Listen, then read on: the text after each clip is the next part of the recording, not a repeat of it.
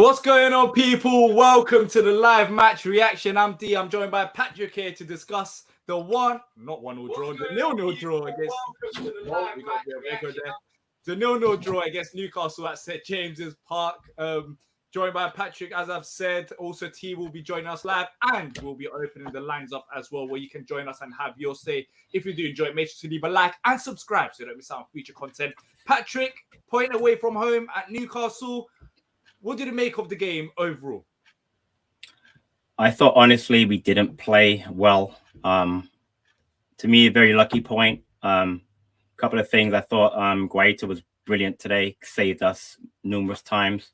I thought the goal should have stood. Honestly, we can get to the debate about that. I thought Mitchell did push Willock into Guaita.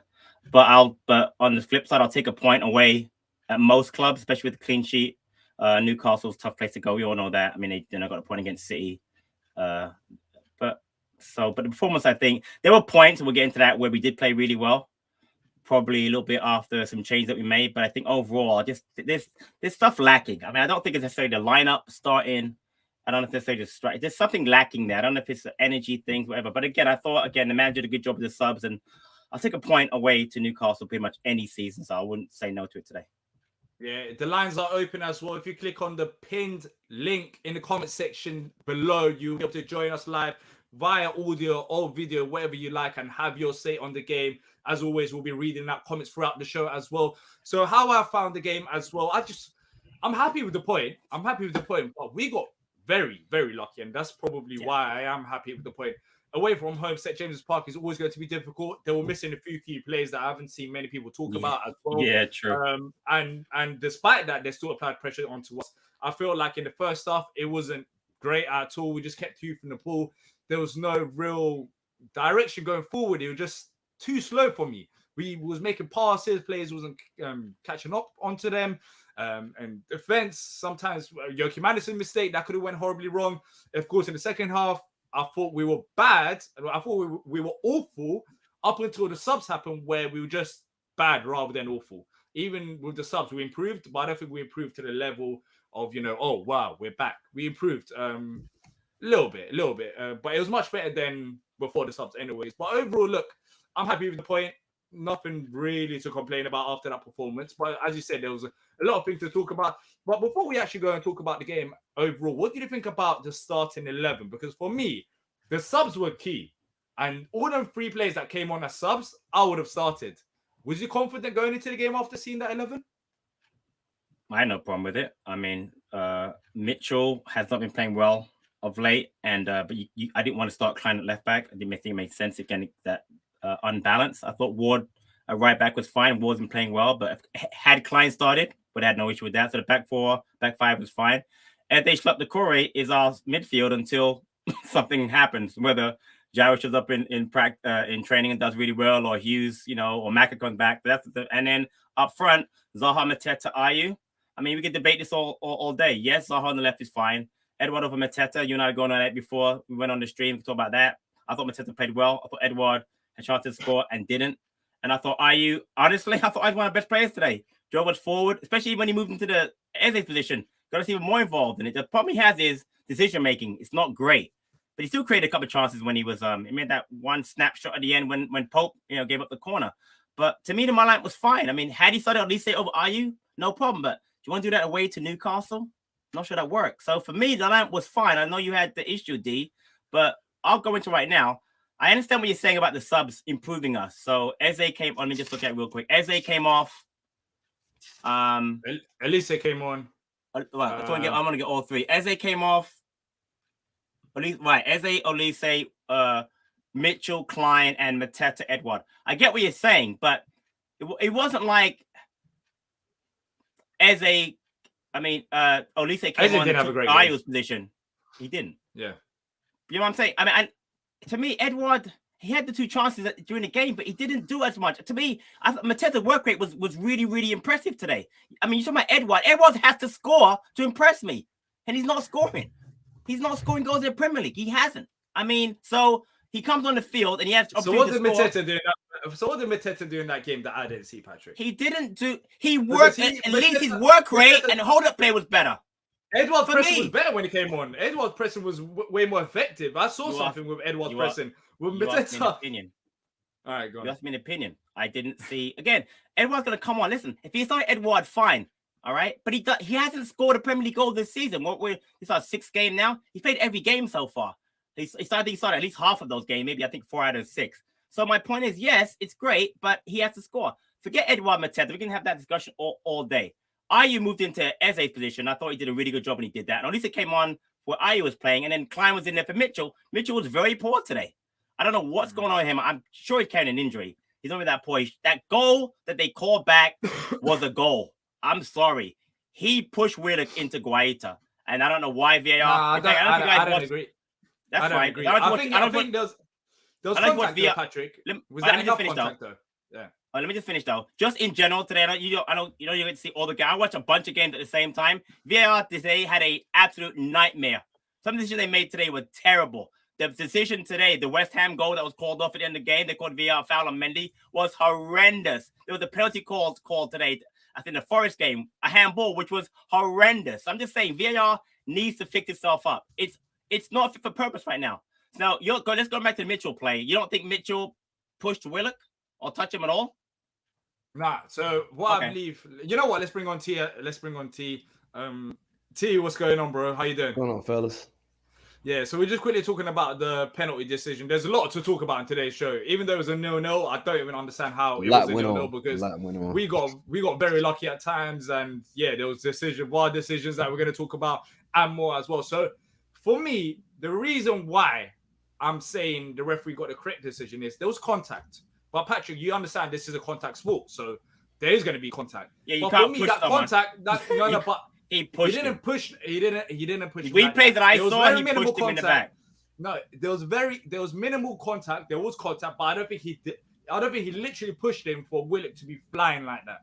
Okay. I'll say that Ian Dowie, our former manager, was actually doing the comms over here, and he said the angle they showed the referee in the VR was not the angle that we saw, and there was a clear push on. He was saying the back. He wanted to see the back angle. He said the back angle they never looked a lot worse. Right? I mean, T went the same eye as I watch on Peacock, right? Yeah. So again, I don't care that they called it back, but if that's against Palace, I would be fuming.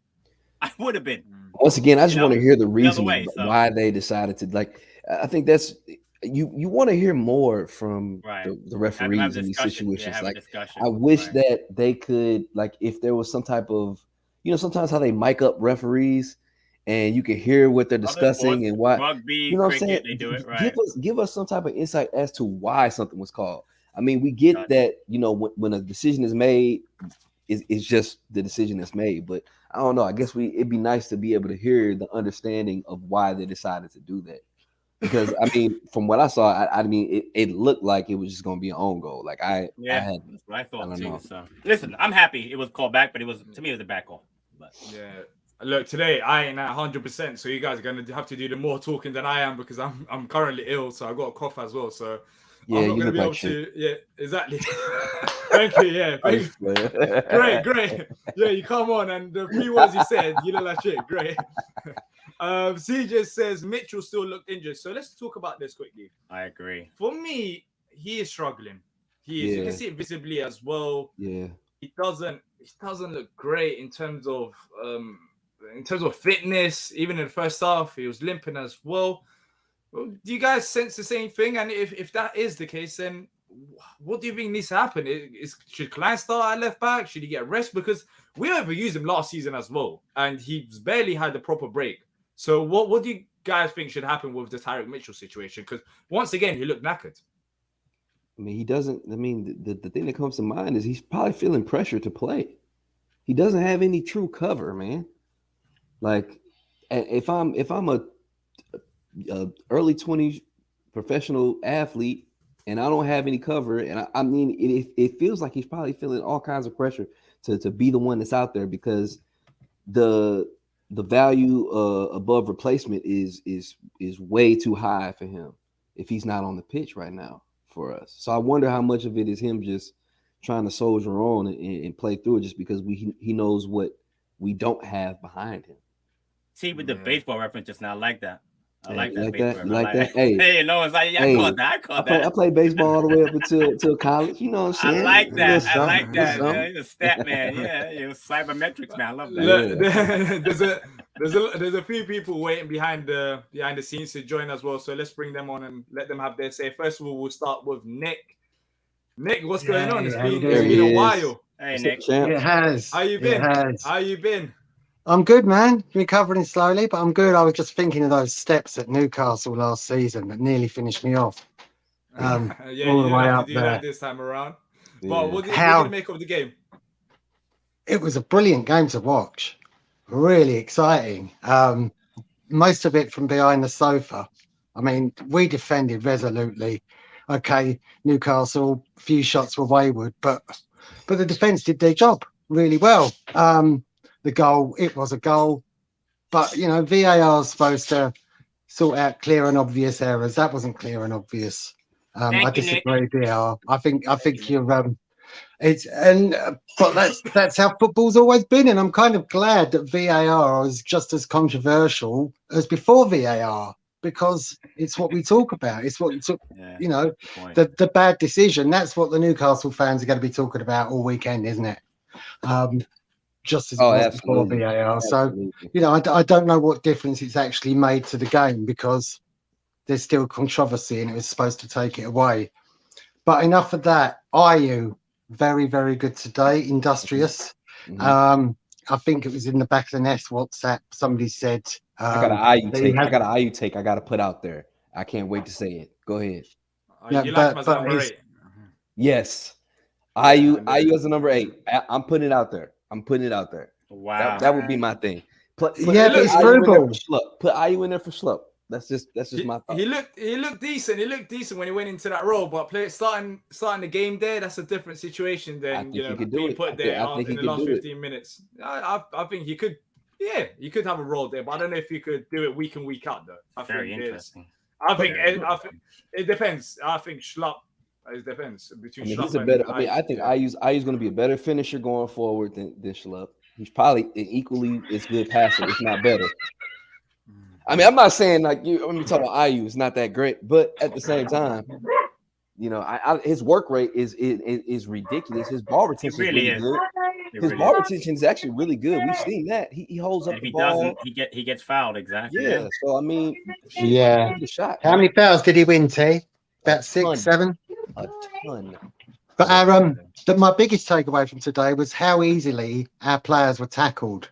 Now, I don't know whether that's Newcastle are better tacklers than other teams, but we did seem to lose the ball in possession a lot, not through interceptions, but for actually being tackled. Never noticed it so much before, particularly Eza. Yeah.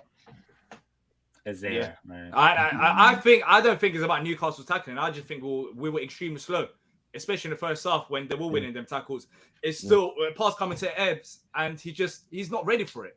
And Newcastle just comes in and gets off time on the ball. And other players as well. Exactly. We just thought we had all the time in the world, and that's based on our energy levels. We just didn't want it enough. Going forward, it wasn't good at all, especially in the first half where it was just too slow for our liking. Newcastle wanted it more than us. They won the second balls. They even won the first balls as well. I think the energy levels just weren't there. But as the game went on, especially the second half, I feel like that improved. But anything else that you want to add about the game, Nick? Well, just how quickly Newcastle closed us down, which caused us to panic. And that's what led us being so deep in our half for the last 20 minutes of the first half. We allowed them to press us and make mistakes, whereas we should have played a long ball. Yeah. But look, Nick, we're going to be recording the review podcast tomorrow. So we'll be talking about this in more detail. There's a few people waiting behind the scenes. Wait, who's on that tomorrow? Me, you, and Nick?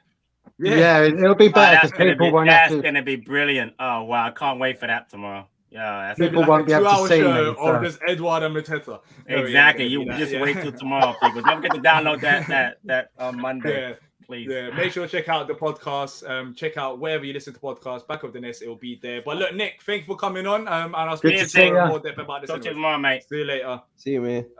And next up, we got AJ, who's coming on. AJ, how you doing, bro? What do you make of that game? It was good, man. First of all, actually, it's good to see Nick back. So shout out to him. I know what he's been through, so yes, make sure hats off to him, man. Hats off to him. Good to see him back and doing his thing. we got lucky, man. It's got to be said, man. We rode our luck today, man. It was good to come back with a point. I think the disallowed VAR, I think Mitchell got away with that. Personally, I think there was a bit of contact there. I think the whole thing, what Newcastle did, and it really worked for them, is they just isolated us. Like, no, the ball was barely getting to Wilf. Even when Elise came on, they worked hard, man. But we got lucky to come away with a point there, man. With the striker thing, to be fair, man, between Mateta and Edouard, I'm kind of at that point where I'm just like, they're just bad as each other. Like, none of them stand out to be like the out and out striker. I mean, Mateta's got the more better goal return, and he seems to be the better threat out of the two. But bro, I can't put my hat on either of the two of them, man. Like, I don't know. I saw clips this week of people putting Edouard up there when he was at Celtic and banging in goals. But bro, that's a Scottish league. That's a different level to us. Like, our Steven Gerrard, like he wrecked that league with Rangers. Now he's coming in and he's looking like a bit of a myth, and I'm pretty sure he's going to get turned over within the next 45 minutes. So, nah, man, we got lucky today, man. It was kind of frustrating to watch, but I got to shout out Newcastle, man. We got lucky, man. I mean, let's be honest. If it was the other way around, we'd be complaining, talking about how poor VAR is, how referees don't back us. Yep. Thank you. That's really all I can really say on the game today, man. So real quick, AJ, first, I really respect your Mateta Edouard take, because honestly, you have no agenda, and you're probably absolutely right. They're both right now not getting the job done. I mean, Edouard is better than Mateta, but yeah, whatever. And then he's not. And then going to this, is it ACAS? This is a great point, guys. Not one player appealed for a foul on your keeper. It's all about VAR. Sick to death of VAR, cheating and outside of points, corruption. I guess he's a Newcastle fan, but my point is absolutely right though. I didn't see anybody appeal or got mad when that goal was given. So I'm with. It was a goal. We got lucky. We got very lucky. Shoot, AJ, what do you think went? AJ, what do you think went wrong today in terms of, you said we got very lucky. We talk about VAR as well, but in terms of performance, where do you think it went wrong for Palace? I think the crowd played their part today. I mean, from the stream I was watching, loud as heck, yeah. They were definitely the 12th man for Newcastle. They were up for it, man. They we traveled a long way. I mean, I don't know what kind of travel arrangements the players have, to be fair. I know some of them take planes, coaches, whatever. But we just didn't really go out of second gear today. And when we did shoot on goal, the shots were poor. Like, they were straight at the goalkeeper a lot of times. Like, bro, stop putting these clips on YouTube of these men doing the mad finishes, because the only player that seems to be kind of benefiting from them is Wilf.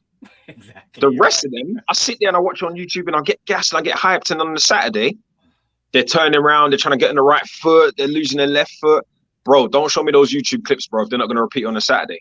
Because when I was a kid, or when I was younger, should I say, and I was doing that in training, if I don't repeat on a Saturday, coach is ripping into me. Yeah, I agree. I think fatigue. I don't think we should use that as an excuse. Look, Patrick says the 3 games in a week. Of course, we're tired. Newcastle also played games, not like Crystal Palace were the only team playing 3 games in a week. Newcastle played a day after us against Liverpool, which is a very demanding game, and lost in the last minute. So there's no point in putting that excuse out there. They were missing some of their best players. I mean, they didn't have. They were missing some of their best players as well. So when we talk about tiredness, it goes both ways. I mean, yeah, we might be tired, but Newcastle have more of a case for them to be more tired than us based on their fixture list. But look, I think, AJ, you're right in a lot of things that you said. I think we got lucky. I'm happy with the point. Are you happy with the point, by the way?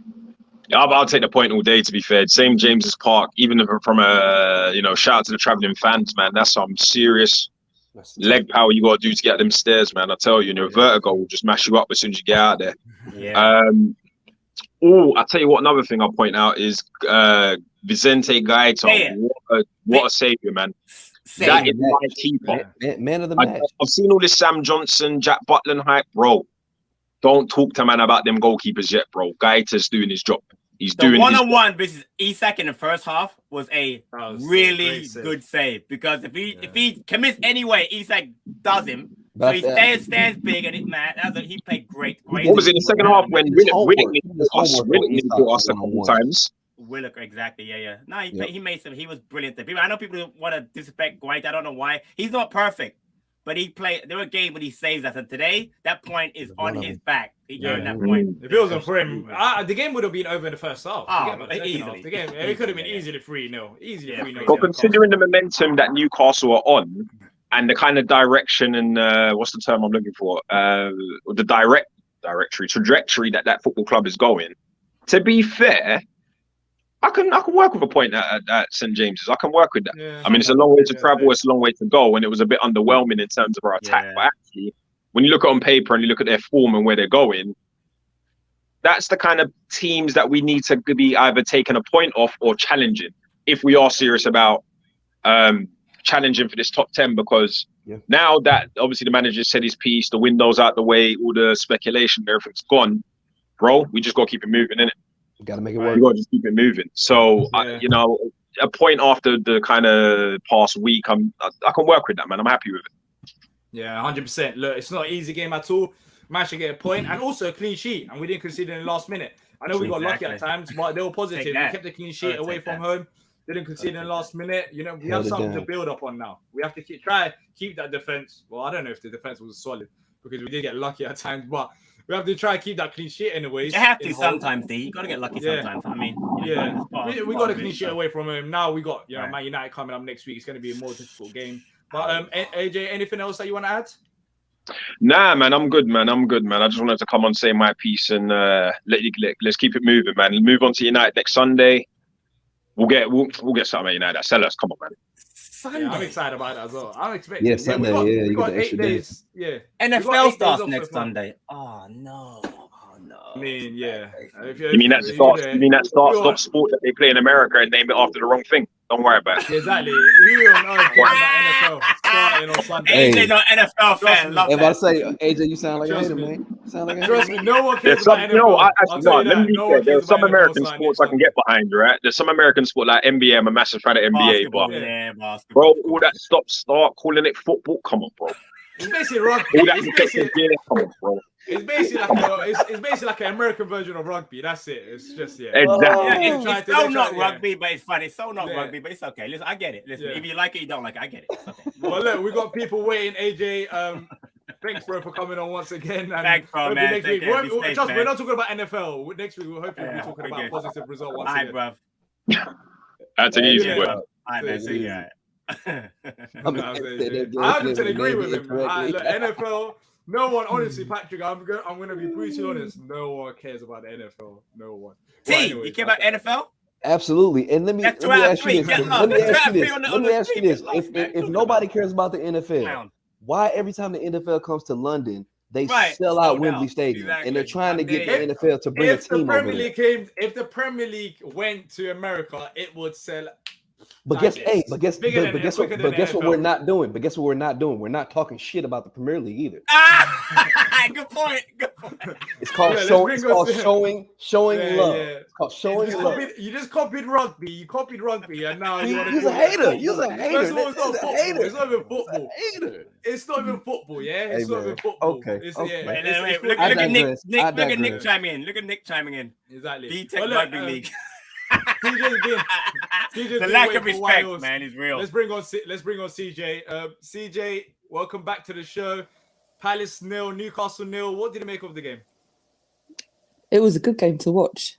A very good game to watch. As Nick said, I was sort of behind my sofa watching it most of the time. I think we were lucky to get a point from that game because I don't think the goal should have been disallowed. If that was the other way around, I'd be fuming, absolutely fuming. No way. I agree. That's fair. Yeah, we weren't great. A few players really struggled. I think Eze struggled today. I think Mitchell was carrying an injury. Definitely, he really struggled. He struggled to get back. They were really on us all game really, but especially that first half and sort of the last half of that first half. We were struggling. So I think Mitchell needs to be rested. We just weren't great. We looked really leggy. especially first half. I think once the changes came, I think we looked a bit better for a spell, maybe about 10, 15 minutes. But yeah, it sort of died really quickly. Not really creating much of a threat. I was sort of. I mean, I'm relieved we came away with a point. I'll take a point because I thought we were going to lose. So, The you fact know, that we didn't concede. Exactly. And well, like we didn't even technically we did. Technically we did. Exactly, we did. But look, talking about there were a lot of negatives there. There's a comment here about Doucoure, which we haven't mentioned yet in the show. What do you think about Doucoure's performance? Because I think that was the main positive maybe coming out from the game, as well as the clean sheet. If we look at it, the 90 minutes, he seemed like he put in a solid shift. Oh, he was fantastic. He was fantastic. He's been consistently good since he's come into the squad. And I was worried about the jump between like where he was playing before and coming over here, but he's fitted in really well. I'm really happy with him.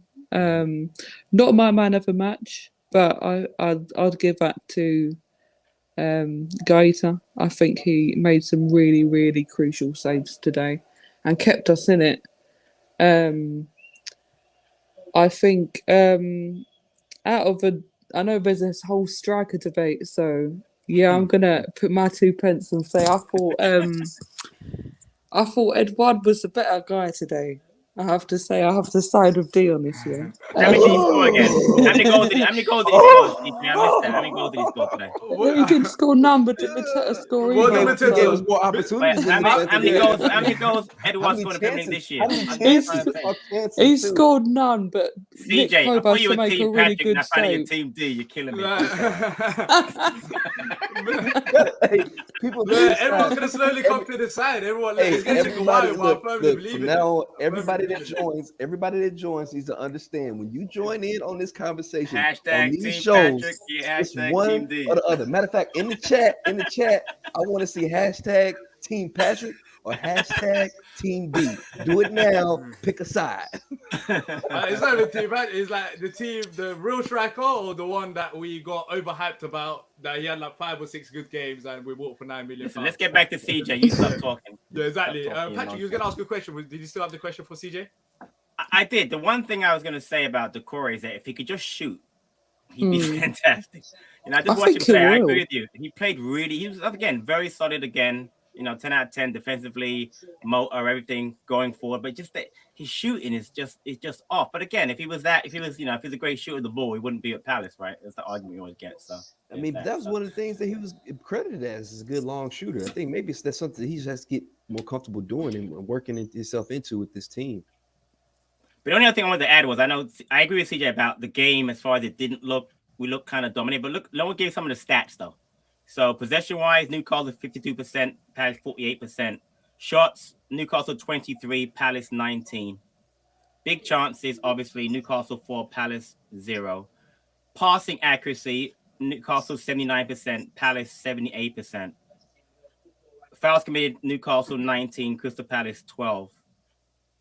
Block shots, Newcastle 10, Crystal Palace 6. So the stats are actually very, very even. What is different, obviously, are the big chances that obviously they had that we didn't have. But honestly, I'm surprised the stats were actually that close. I thought they would dominate us passing-wise, but they didn't. Yeah. It's really interesting. But I think in chances, forgetting about the stats, if you just watch the game overall. No, chances were them. Yeah. I mean, Isak's chance, Willock's chance, Joelinton's chance. I mean, they had it's still interesting to see that the stats weren't as bad as the game suggests in itself. Right.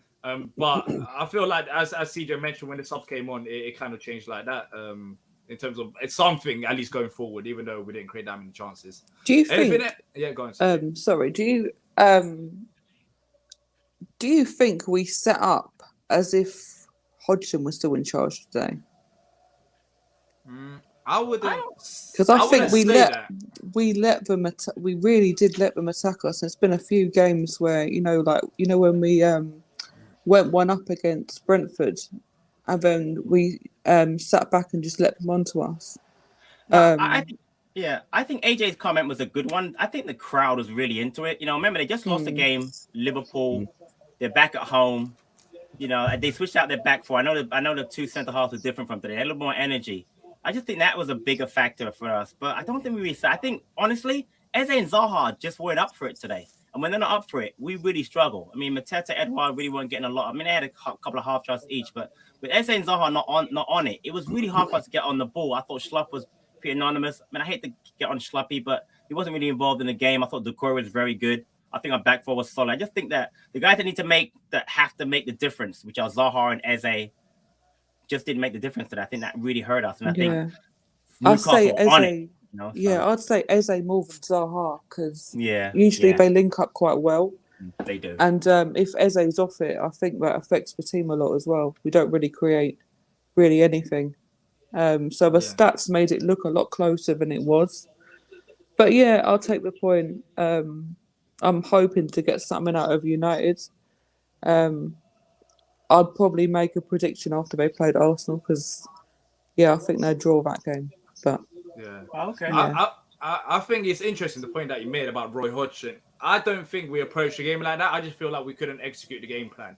It'll be interesting to see what Patrick Vieira said because on the pitch, as you mentioned, when the ball was going to Eze, for example, he was just too slow. He was getting on the ball, and it's not just him. There's other players as well. Like Wilf today, he wasn't the greatest as well. So naturally, I feel like we had to go defend deep and sit back because the players every time we went forward, we just lost the ball because they weren't up for it. So I just feel like the players today, I don't know what it was. I think Newcastle done a very good job. You have to give credit to them. I feel like they knew definitely the threats on the pitch, so they made sure that they closed down Wilf at all times. But I don't think we were too great as well, and that's why it looked more defensive than it should have done. I don't think Vieira approached the game like that. Even though saying that, it could have been more attacking by starting Elise and a few other players. I feel like Klein should have started today ahead of Joe Ward because I feel like Klein offers more often going forward. But I think we made it look worse than it should have been. But CJ, looking into the Man United game, are you confident based on the last two results that we've had against Brentford and Newcastle? I mean,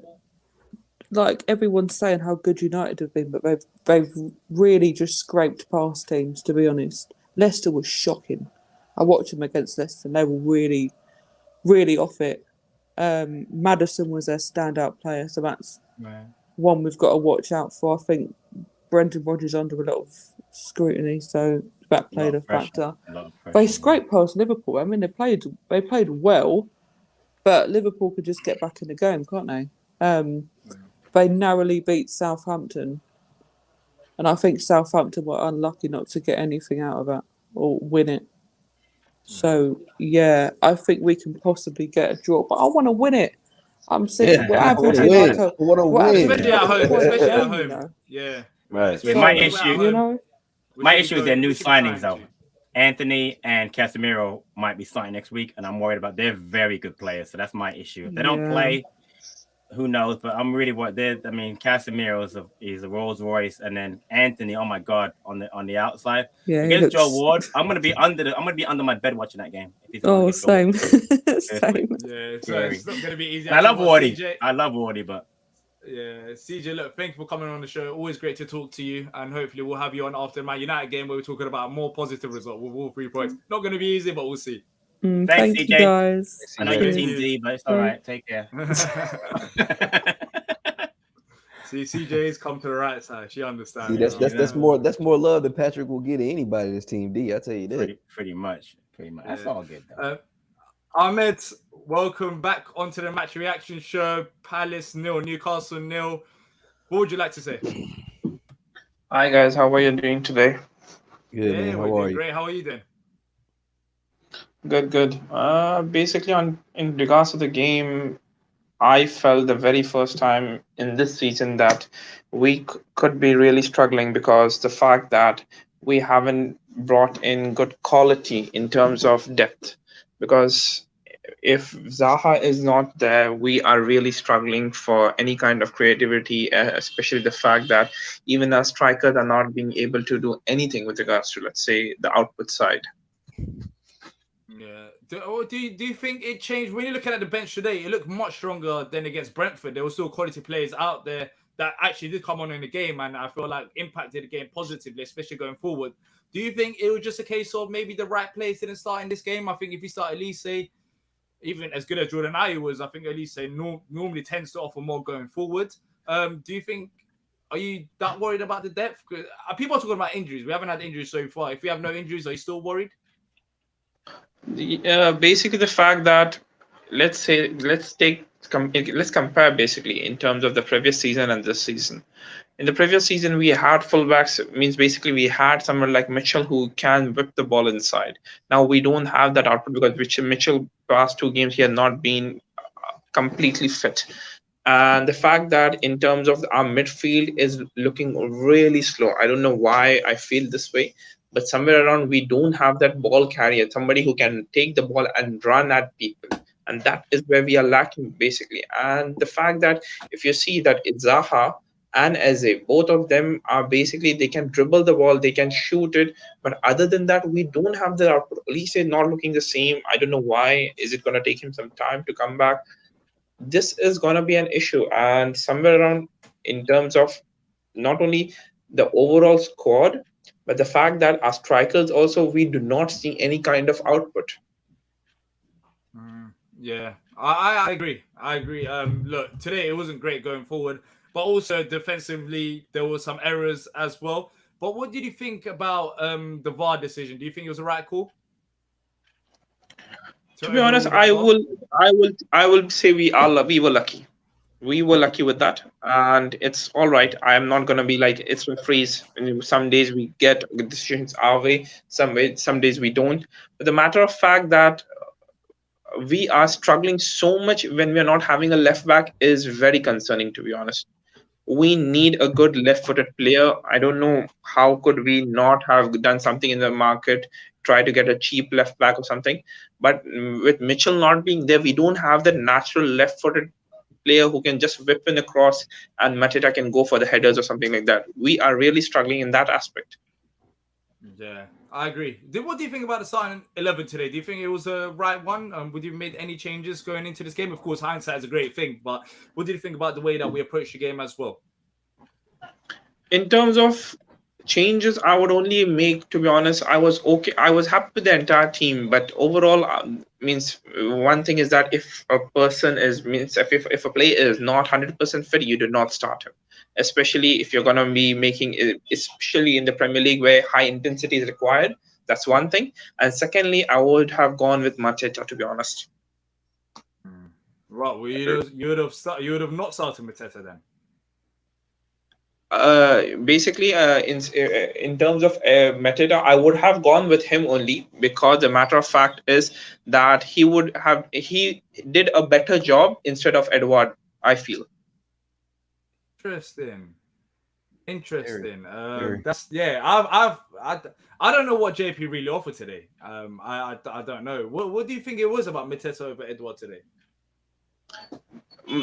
I feel that, yes, he was, means in terms of, yes, when you see the entire game, we were really pinned back and all of these things. But the matter of fact is Mateta is someone that Zaha, Eze can play the ball 1-2 and go at the defensive players of other teams as well.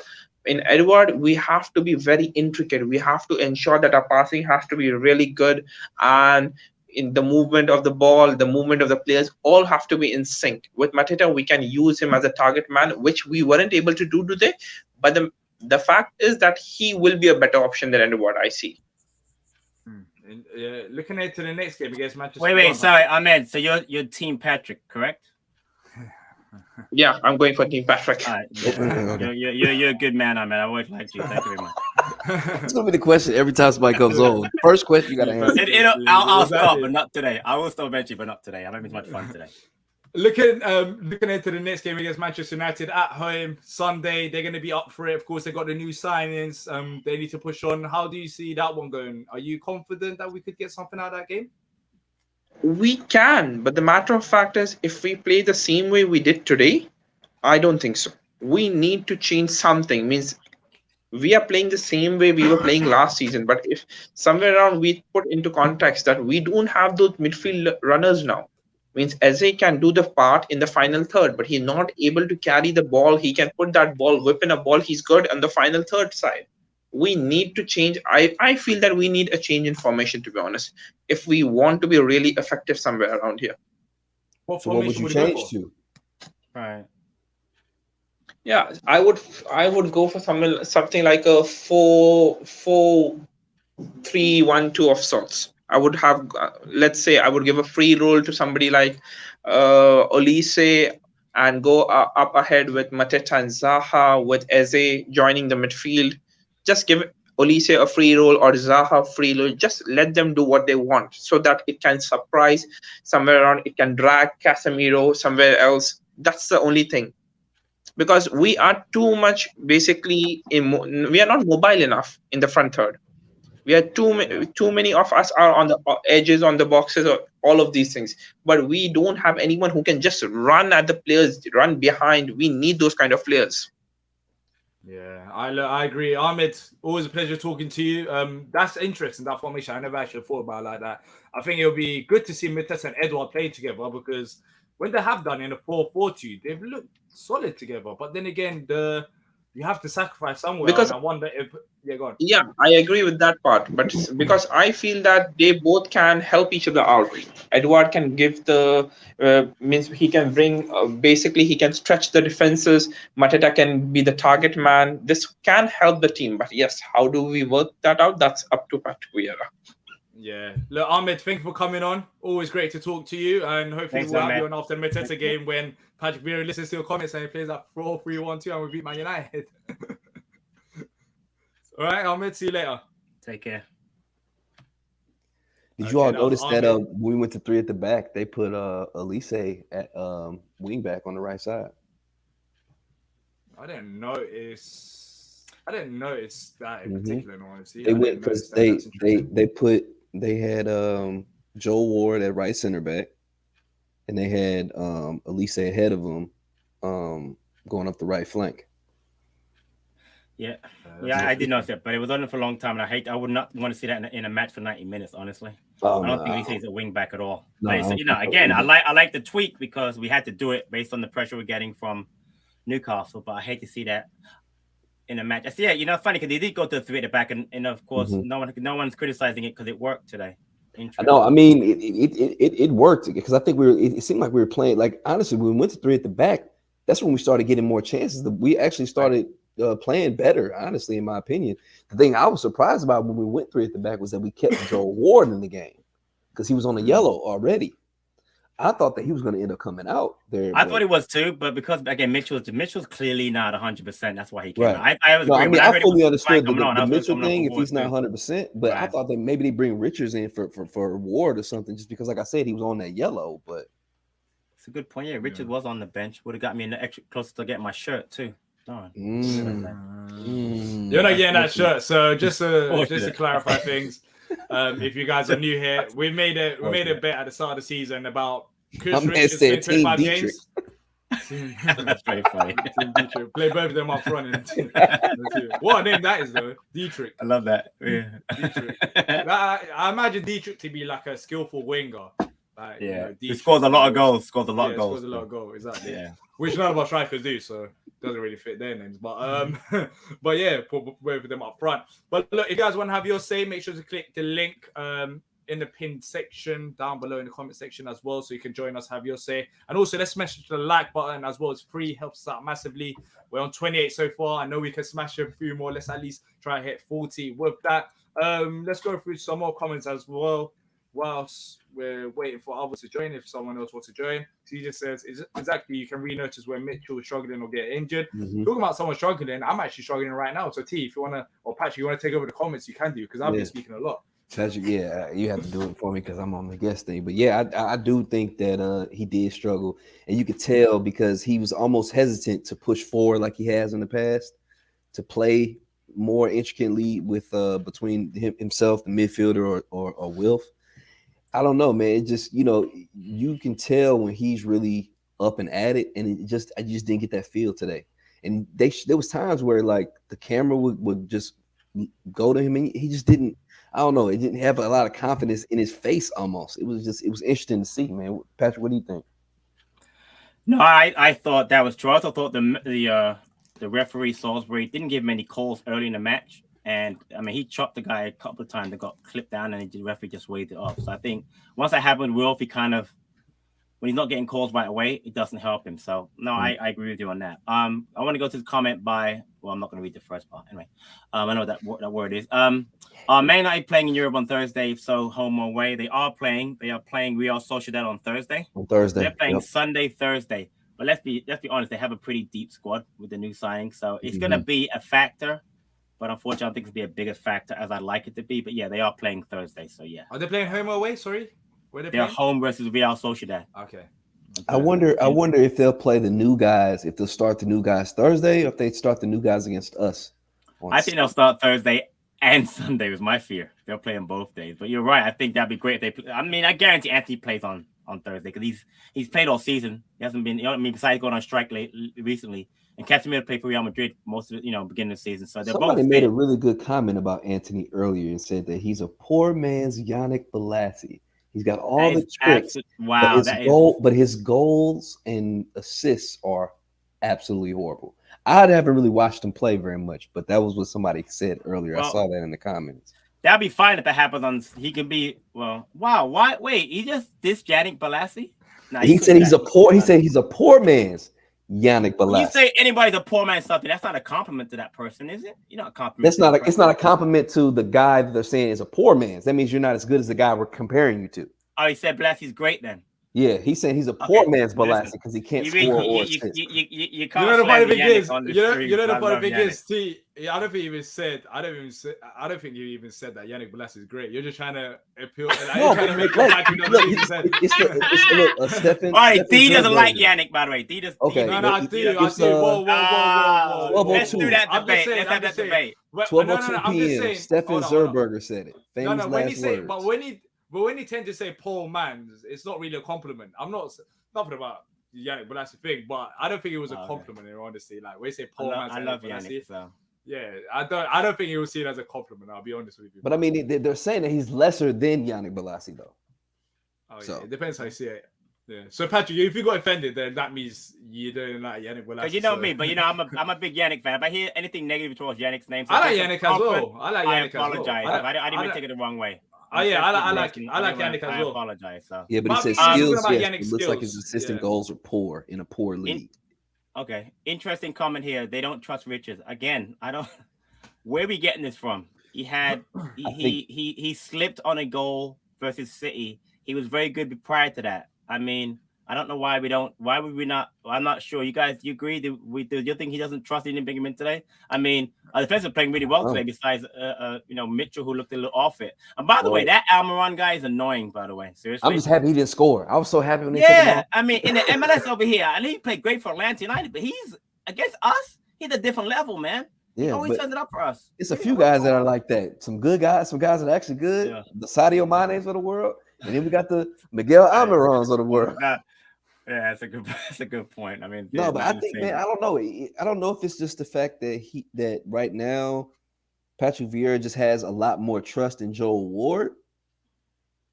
Listen, there is no doubt there were three players that more than anything. Right. There were three players our fans don't particularly care for at times that Vieira loves: Ward, and Jordan Ayew, Schlupp, and Ayew. There's no doubt. So you can love it or leave it, but I'm saying right now, those three are going to play, barring injury, for the foreseeable future because he trusts them. They're veterans. They've been around. So from that standpoint, yes, there were times when they probably shouldn't play, but the manager clearly trusts them. And that's a big part of being a manager. These guys trust. Because for Joe Ward to pick up that card pretty early in the match and to stay on the pitch in a 0-0 match when they're doing a good amount of attacking, especially when we had the opportunity to change to 3 at the back, what you wanted to do. You got us a center back on the bench, young guy who can play. It's like, no, I'm gonna stick with my guy because I trust him. It's not that it's not that Richards isn't good. It's not that he doesn't like Richards. I think it's just that he trusted Joel Ward more in this situation. And I agree. This is very true. DC from defending Edouard and him not delivering. If someone was going to be sick, in that instance, it'd be Patrick. Trust me. I agree. I'm defending Edouard, but Edouard is still delivered. I'm surprised the guy doesn't have the flu from defending Edwards. Is that why he's not feeling good? I do now. Exactly. I do have the flu now. You must have it because you got to be sick of defending that guy so much. Seriously. I'm good. I'm good defending Mateta. I have facts to back me up. I've got numbers. I even have a Premier League goal. I got a goal this season. You have no facts. I'm good. All it is vibes, Patrick. You have no facts. You just vibes about Mateta. Because Mateta's done nothing this season for you to back him up and say he's better than Edward. You can say the both goal. Has to be a goal. All right. That's nothing. That's Harry Mitchell's assist. But anyways, so let me stop 1 second. So you said you're 6, so pipe down. So T, last year, right? His big defense was Mateta's goals are all in the cup and Edwards all in the league. Which I said, you know what? I can't really argue. It's now been reversed right now. Now it's reversed. Now he's right. So that's why he's not. He's not. No, I didn't say that though. I didn't say that. 100% said that. I said no. What I said, 6 goals altogether. No. What I said. No. But what I said. Edward has 6 league goals. But we was on. Were we not here? We were not here doing this live show. Hold on. Were we not here in January doing the live show and we're talking about Joelinton Mateta? And you guys were all getting gassed about him, saying he's great business that we signed him on a permanent deal. And what was I saying? I was saying I feel like we might have jumped the ship a bit too early. He had a few good games, and we decided to buy him on a permanent deal. Right. So what's it looking at right now? Do you think what we bought him for? I mean, here's the thing, but what we bought him for still isn't bad business because it wasn't. It was. What do we buy him for? I know. But Edward, okay, but is Mateta on the same level that he was when he was banging in them goals? No, because he's not that player. You could see in his style of play, even when he was going, like, he's just not that player. Hey, like, D, have I missed this streak for Edwards scoring a ton of match goals? Have I missed that at any point last season? Edward still has a higher ceiling. If Edward gets a bit of confidence and he scores a few more goals, and according to you, that's fair. But and I mean, that's the belief. That. I mean, that's definitely the belief, and that's definitely what you want. That's the hope, exactly. I hope you're right. Has Edward got enough game time, just like Jon Fleet? Oh, again, this game time to be able to prove himself. Because but Mateta did last season. He did, and even towards the end of the season, he wasn't producing as much. And that's why I want him to give Edward the starts. And then when he doesn't score, you're gonna have some other excuse for it. That's what you're gonna do because you had excuse for him. But then again, all right. Then before he didn't start in the chat, right? Team Patrick or Team D, just to make sure. So before the Brentford game, before the Man City game, so because Brentford he didn't start before Man City game, he started against Oxford, got a goal. He started against Villa, got an assist. So the games that he has started in, he's got either goal and assist. He didn't start against Brentford, but you still look better. Did you mention? Did you start against Man City or no? Yeah, he started against Man City. But you didn't mention it though. How come? Because when looking at the quality level, your agenda. No. I got it. No. All right, let me get to that. Against Manchester City. Okay, all right, cool. So if we're doing that against Man City, but he almost scored though. He almost scored. Eze was great in the first half. Yes, he almost scored. And Eze in the first half, I thought he was involved. In the second half, as a team, we weren't attacking. And if we're gonna do agendas, then you have to have the same energy for Eze. Just because Edward didn't. How many chances did Edward have against Man City? For us to criticize him. Man City is unrealistic. I'm talking about games where we were playing solid as a team and he started the game and he's done something. Again, Man City, we lost the game 4-2. We weren't great going forward, especially in the second half. You can't get on to Edward about that. I am seriously on a serious note. I am with AJ. They both aren't good enough. Seriously. Just give Edward. To be fair, they're both not good enough. Yeah. I'm only pick Edward because you pick. I'm only pick you pick Edward. Honestly, they're both not good enough right now. They're not. So they're not. So we can add argument all day, on stream, off stream. But right now, they're both not. They're both not producing enough goals for us. Thank God for Wilf Zaha, by the way. Because without him, we would have struggling to score goals. So I want to bring up the topic that has been kind of in the chat being talked about a little bit. Ayew as a number 8. People are talking about it. What are y'all? What's y'all thoughts on this? So, energy level wise, I think he could do the job. He runs he draws fouls. My problem would be decision making. Mm-hmm. And did you see the interview that he did prior to this week's match? Yep, it's like 8 minutes long. Yeah, right. He said he's a striker. He said he's a striker, so he doesn't see himself as a wide player, let alone a number 8. So that number, that number 8 would to be never a work for him. striker, you need to have more than 5 goals in like 10 years. See, I'm just saying that if you watch the interview, he actually says, I feel like I'm He a did. striker. No, he actually said it. Right. He said it. He said that, but I'm saying even, if you think you're a striker, you have to be way more productive than how many goals in how many years. That's having said that, D, you want your argument against you about does he get to play striker at all for Palace? Not really, right? No, honestly. but he's had so many. I'm just saying he's had opportunities in front of goal where striker would be in that position, and he's bottled so many chances.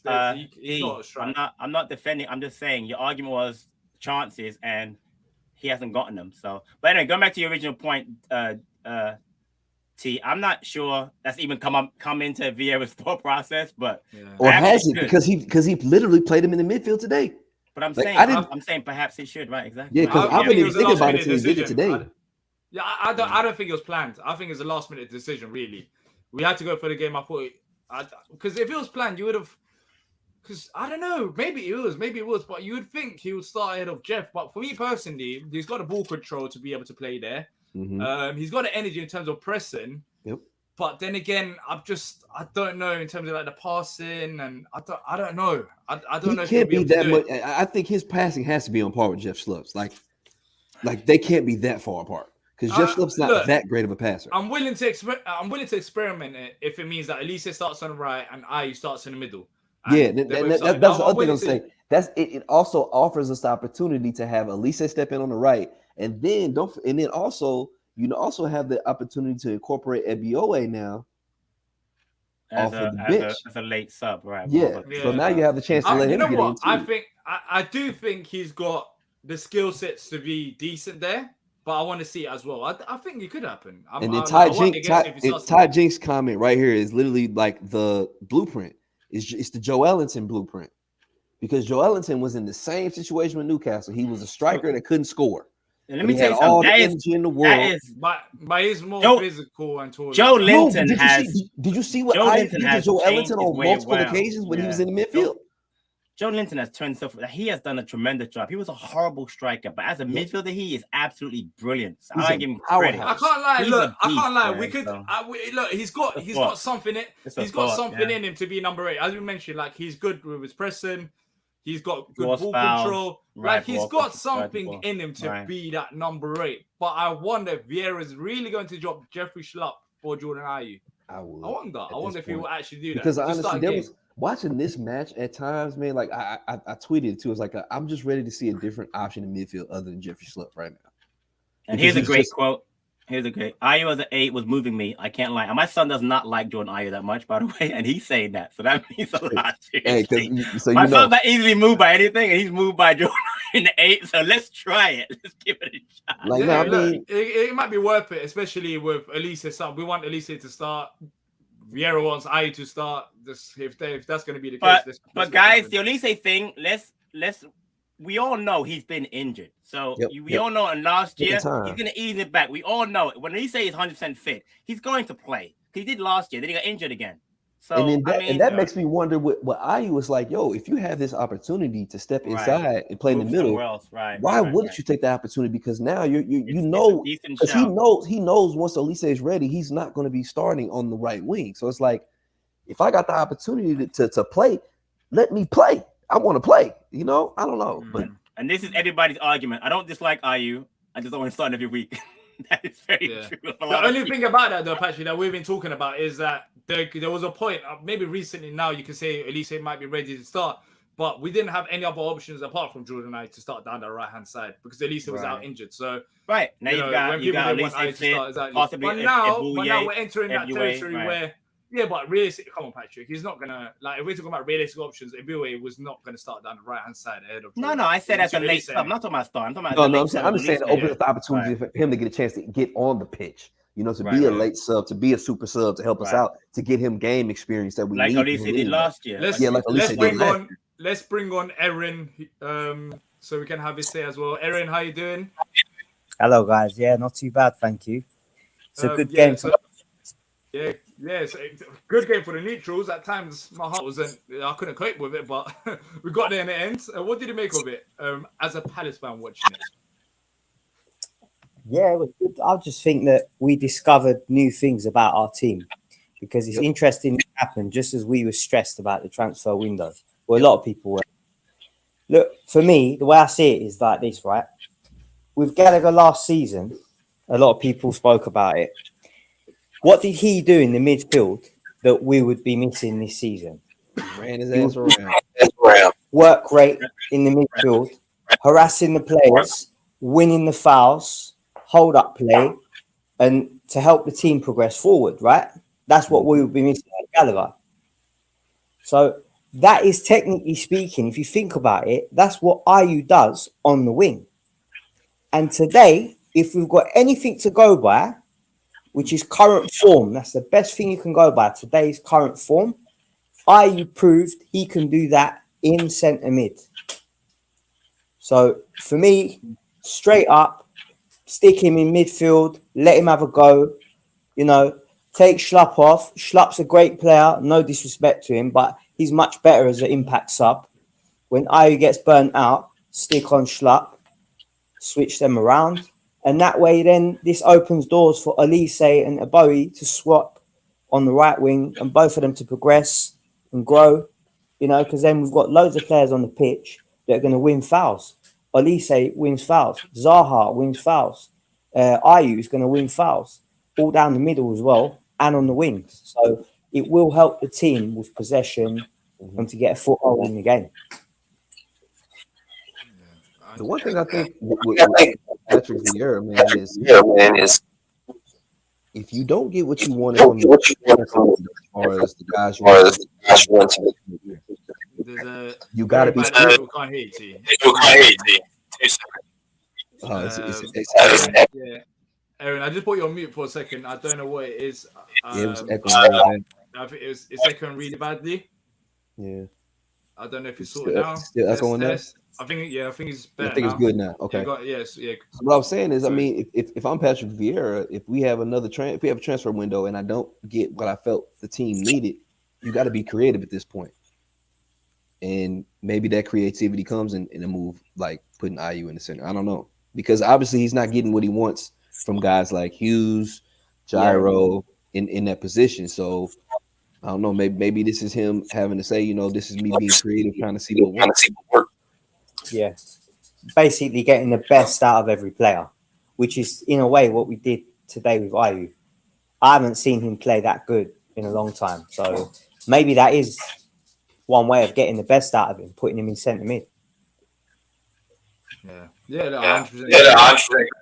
Oh, the echo. Let me just put you on mute for a second whilst I'm saying my point. Just about we talked about Jordan Ayew. What Patrick guy? I want to know what Patrick. Which Patrick guy we talking about? Patrick Vieira? Are we talking about? Yeah, Patrick Vieira. Patrick O'Connor. What we talking about? He's talking about me, which is an interesting comment because you know nothing about me. But I thought I put the comment up there because I want to know who he talking about. Because I have quite a bit of knowledge about the game. But that's okay. Again, it's fine. I don't agree with either of them. Let me just say that. Yeah. All right. Yeah, I agree about Patrick Vieira. I mean, yeah, we should sack him. But no, I'm joking. But what I was gonna say, well, we're gonna bring Aaron on anyways in a second. Again, hopefully it fixes volume problem because it's echoing quite a bit. But for me, we mentioned him a bit, but I'm gonna ask Aaron this. Aaron, if you're listening, I'm gonna jump you back on. What did you make of the Doucoure situation today? I mean, he looks like he's growing by the game. He's very sort of defensively, and in a game where we struggled, maybe not by the stats, but in a game where we struggled to attack and go forward, I feel like Doucoure, he helped both sides. He helped defensively and at times also with forward passes as well. I don't think it was his fault that we struggled. It was just our midfielders, well, apart from Doucoure, and our attackers didn't really have that connection today. And I feel like Doucoure was the main positive. But let me try to bring Aaron back on. Hopefully he's ready. Aaron, are you there? Yeah. Sorry, let me unmute you. Oh my days, he keeps unmuting. So sorry, Aaron. Sorry, bro. Sorry. Yeah, but Doucoure, what do you think about his game today? Because I feel like that was the main positive for 9 minutes. Yeah, listen, I'm half Spanish, right? And I follow my team, Spanish football. Real Betis is my second team. Look, to put it to you simply, what he's shown are the similar qualities of Sergio Busquets' role in the Spanish national team. That's a big praise. That's a big praise. Yeah, literally, Okay. is becoming the beating heart of Crystal Palace. Why? Because when you watch him carefully, the guy, you can tell he's got football IQ, and that's really, really important. Like he follows the game with focus.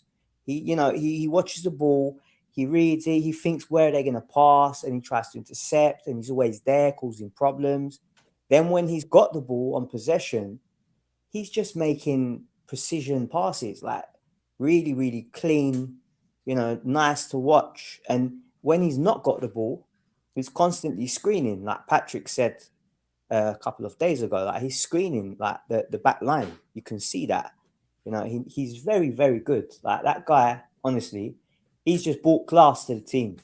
Straight up, he brought class to the team. 100%. Yeah, I 100% agree. I think, as I said this summer, I said it when we signed him, when me and Patrick done the reaction to his signing.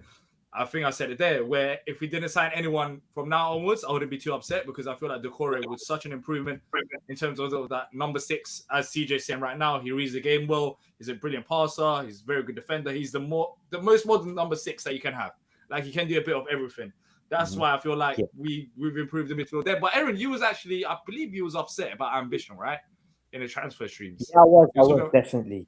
Yeah, so what have you made of that whole situation about transfers? Today, when you look at the bench, you look stronger than Brentford. Are you still with the same thoughts about lack of ambition from the football club? Nah, do you know what? And it's easy for me to get down because obviously I just want the best, innit? I want us to get better players. But when reality sinks in, obviously, that we're not one of them clubs that can just go and buy anyone.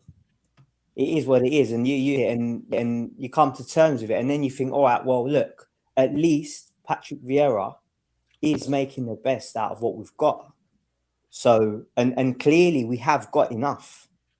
So it's not a case of we didn't buy because we haven't got quality. We have got quality on the pitch. We showed it today. We went away to Newcastle. That's a hard game, and look, we got a draw. So. Yeah. Luck was on our side, but then we got a draw with Brentford as well. Brentford is not a rubbish side, But people disappointed about the Brentford game as well. Brentford is a very good team, and they've shown it time and time again. So I don't see anything negative anymore. I was just sad because I thought we had opportunity to buy players for cheap. Aguiar, in my opinion, would have been perfect in centre mid. For cheap, but obviously for whatever reason the club didn't feel that was right and we didn't sign him. So it is what it is. We move onwards and upwards. Hey Aaron, I know you probably saw, and I know you I don't know if DNT saw the comments that Vieira made yesterday about the window, but I want to bring out an interesting quote. He said, "You identify players, discuss with clubs, and see if they are prepared to let players go. Some will say yes and some will say no, but it's not easy to bring players." So my point with him is that I know, listen, we all have players we wanted to bring in, look at. Awal's a perfect example. There was a lot of comments made about in the media about maybe bringing him in. But the truth of the matter is, you make a great point, Aaron, is that he's prepared to work with what he has and make them better, whether that be Schlupp, Ayew, Maka, Phillips, Ozo, Rodney. And I like that about him. People talk about, he'd walk away. That's not who he is. He's prepared to, he knows this is a project for Palace. And we all know we want to get better and finish top 10, win a cup, get to Europe, etc. But what I love about Vieira is that Vieira's prepared to work with what he has and make us better. And I think that's what makes him the manager that fits Palace perfectly. Yeah, and I think what's important there as well. I'm going to let Aaron have his say, of course, in just a second. I think the important thing about the situation is that we signed Doucoure, for example, this window. Next window, if we sign a number 8, we improve. It's going to be slow improvements, and I get people want us to back Patrick Vieira straight away, and we talked about this 2 hours, so I'm not going to talk about this much longer in transfer deadline day show. Harden scores again, water's wet. I mean, how many goals has he got so far?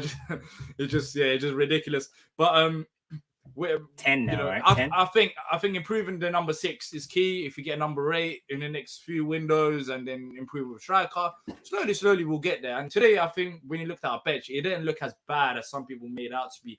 Of course, there's concerns with injuries, but for me, every team is concerned with injuries. If for example, Arsenal lost Jesus and they already lost their midfielders and a few other players like Martinelli, then of course it's the same thing. You know, that you can't get players in the same level. Maybe you can have depth. I feel like we've got depth in their position, for example, with Wilf, but we can't match Wilf or we can't match Elise. But you know, it's interesting. I feel like we need to get used to their process because they're proving themselves the board. But Aaron, anything else that you want to add? Yeah, no, man, that's it for me. I'm to be honest, I'm quite positive. I think that today's shown that there's possibilities in this squad that we currently have, so that we can really test teams this season. Formation, a point that Ahmet made, maybe a couple of tweaks here and there, and I think a lot could change, like in our favor. It's just about getting it right, tweaks, and the best out of every player. Yeah. Look, Aaron, great talking to you. Thanks, Aaron. Appreciate you, man. Soon. See you later, man. Take care, man. Appreciate it. Yeah, that was Aaron giving his thoughts. Look, let's wrap this up now. We've been talking for an hour about the game. Palace came away with a point. Any last thing that you guys want to add before we go? My thoughts are basically, we're moving forward. Again, you made a great point here about the bench. I thought the bench today was much stronger. Hopefully Vieira, continues to work with the players, make them better. And we roll on to next Sunday. It's gonna be a tough game. United, you can make fun of United all you want, and I hate Man United. They're gonna be tough next week. So hopefully I take a point, but obviously I'd love to beat them. We beat them last year at home. Last game of the season doesn't really count, but I'd love to beat them. But they're gonna be tough. But tomorrow's going to be interesting because they got to play Arsenal tomorrow and they got a game Thursday. So hopefully, should I say they've got injuries? I shouldn't say that, right? That's not nice. I won't say that. But anyway, let's see what happens on Sunday. Exactly. I think you got to think about everything that we've been through in these last couple of matches with these last two ties, man. To go up to Newcastle after only a few days. Playing against Brentford, getting a point out of it, man. When it's all said and done at the end of the season, we're not going to look back on this match and think about all the things that happened during this match. We think about the fact that we went up to Newcastle and we took a point. Right. So, and by the way, you see Brentford scored 5 goals today? Just saying. People make fun of Brentford, but Brentford is a decent team. I'm just going to say that. No. First half. Let's wrap this Brentford talk up. But Patrick, what you're missing is we be talking. It's not a Brentford review show. What you're missing is no one is saying Brentford is a pushover. I think the reason why people were upset against Brentford is because of the way that we drew the game, we changed the tactics, and we went all negative. I understand. Well, and my point is that respect the opponents more instead of acting like the opponents more, like we should have been Brentford. Also respect ourselves more as well in terms of going negative against Listen, Brentford. I agree. I agree. Yeah, sure. But look, if you have enjoyed the show, make sure to leave a like and subscribe. We'll be back some point throughout the week to discuss something about Palace. So make sure you are subscribed. And that's it from me, T, and Patrick. And thanks to everyone who's been in the comment section. Leave down your comments. And thanks to everyone who's also joined us live by clicking on the pinned comment. We'll be back for the live match reaction next Sunday. But before then, there should be the opposition preview coming out as we look ahead to the Man United game. That's it from us today. Hopefully you guys have enjoyed it. And until next time, up the Palace.